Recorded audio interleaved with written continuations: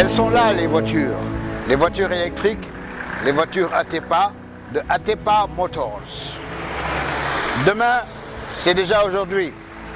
Et c'est la raison pour laquelle nous voulons vous présenter ces véhicules que nous venons de recevoir dans le but de les expérimenter au Sénégal et de créer une usine de montage de ces véhicules qui pourront donner de l'emploi aux gens, de moderniser les choses et de surtout diminuer la pollution.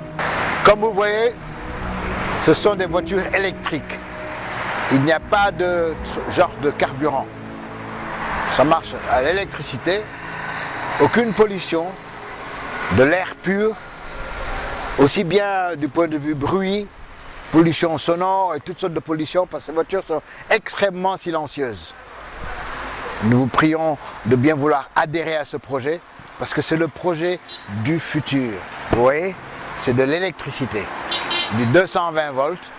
Alors, quant au fonctionnement de ces véhicules, mon collègue va vous faire la présentation générale technique, en vous parlant de la manière dont ça se charge, en vous parlant de la vitesse, et parce qu'il est le seul à conduire ces véhicules-là, donc il a eu la main directe là-dessus. Je me présente, c'est Jules Diatta, je suis pratiquement le testeur de ces voitures-là.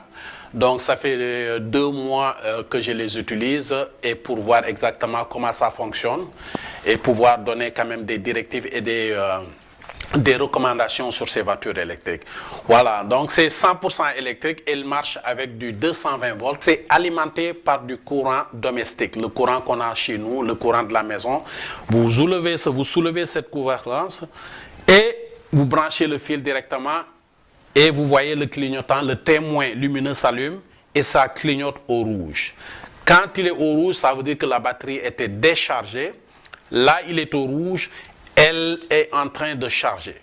Quand elle est pleine, vous allez avoir le clignotant, le témoin lumineux vert s'allumer qui indique que la charge est complétée. Là, vous pouvez tout simplement débrancher ou enlever le fil pour pouvoir dire que la voiture est chargée. Ce côté-là, je vais vous montrer maintenant le côté de la batterie. Nous avons 3 batteries qui sont des EV150T.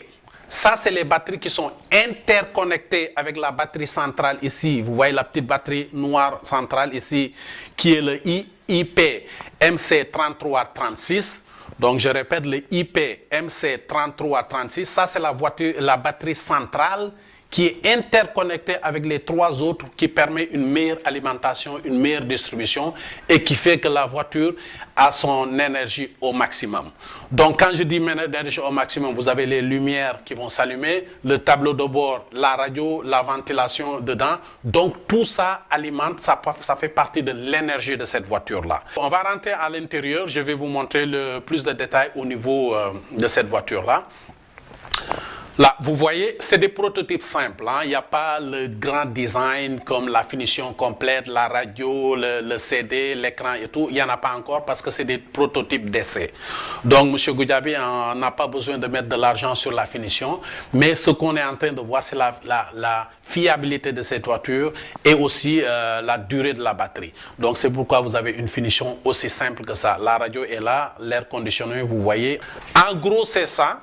Donc, nous avons fait le tour de ces voitures électriques-là. Donc, après 2 mois d'essai, donc je peux dire que c'est des voitures recommandables et c'est des voitures du futur. Et je pense que M. Goudiaby doit être encouragé sur ce projet-là parce que c'est zéro pollution et c'est vraiment convivial et c'est vraiment confortable et fiable. La seule chose que j'ai pu découvrir comme inconvénient, c'est que sur ce prototype-là, la voiture est trop basse.